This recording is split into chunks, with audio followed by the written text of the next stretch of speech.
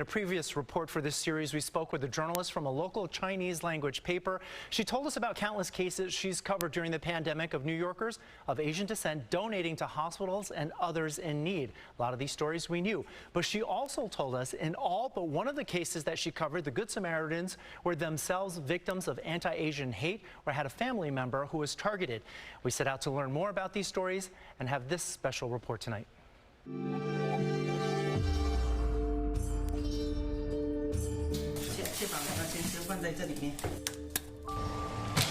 At the Lin household in Whitestone, Queens, the kitchen is often the most popular room of the house. There are a lot of capable hands here.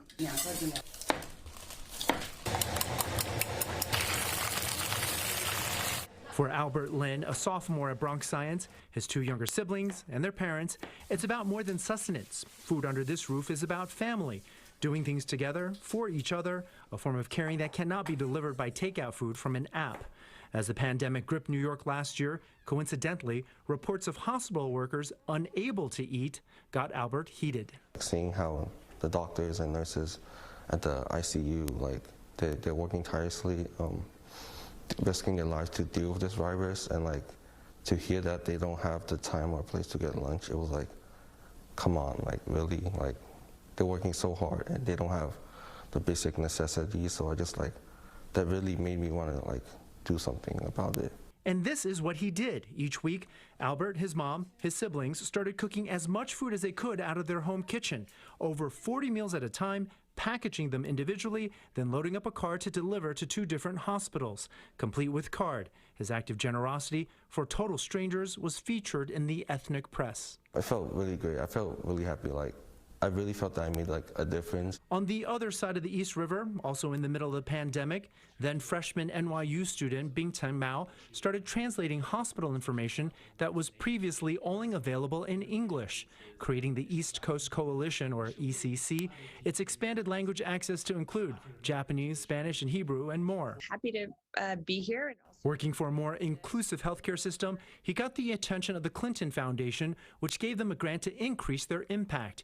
Mao's young voice has been side by side with some pretty recognizable faces in conversations to address the racist violence that's exploded nationwide. So we really want to break the echo chamber in terms of who might be tuning in to this forum, to this discussion. But even as Bingteng and Albert were being their best Good Samaritan selves, New York City and the country was quietly bearing witness to an alarming surge in violence directed at Americans of Asian descent, a hate that Albert and Bingteng both personally became victims of. It was a rather painful moment for me. Bingteng was attacked in a grocery store when, waiting to pay, a man got in his face. He pointed his finger at me and he yelled, "You virus, get out." He then poured his half-drunk water on my face. And then, after he poured water, I was in complete shock. And then he just turned around as if he's looking for something else to use as a weapon. So I dropped everything. I ran out. He asked me if I had the virus or not. For Albert, it was when he was getting on a bus with a classmate. A man singled him out and continued to verbally harass him once on the bus. He said everyone on the bus to just look at him and how he's so scared of the virus and wiping us, something like that. He's just making fun of you, basically? Yeah. For cleaning your seat? Yeah. And how did that make you feel? More nervous, more nervous than anger or anything. I just really didn't know what to do. My mind sort of just blanked. In neither case did anyone intervene. Not only did this person attack me and call me a virus, but no other people wanted to help at the time. So that was, what makes this moment particularly hurtful for me. And that's what makes the story all the more impressive, that our 2 Good Samaritans both separately were victims in bias incidents, but they said they were determined not to let that affect them when it came to helping out total strangers. I try to at least remind myself that I shouldn't be bitter when this kind of thing happened to me, because instead I should throw myself back into the fight because other people are suffering. If this can happen to me, it can happen to other people. Violence isn't going to solve anything, and just help out when we can, just be a good person. If you treat others with kindness, naturally they'll be kind to you back.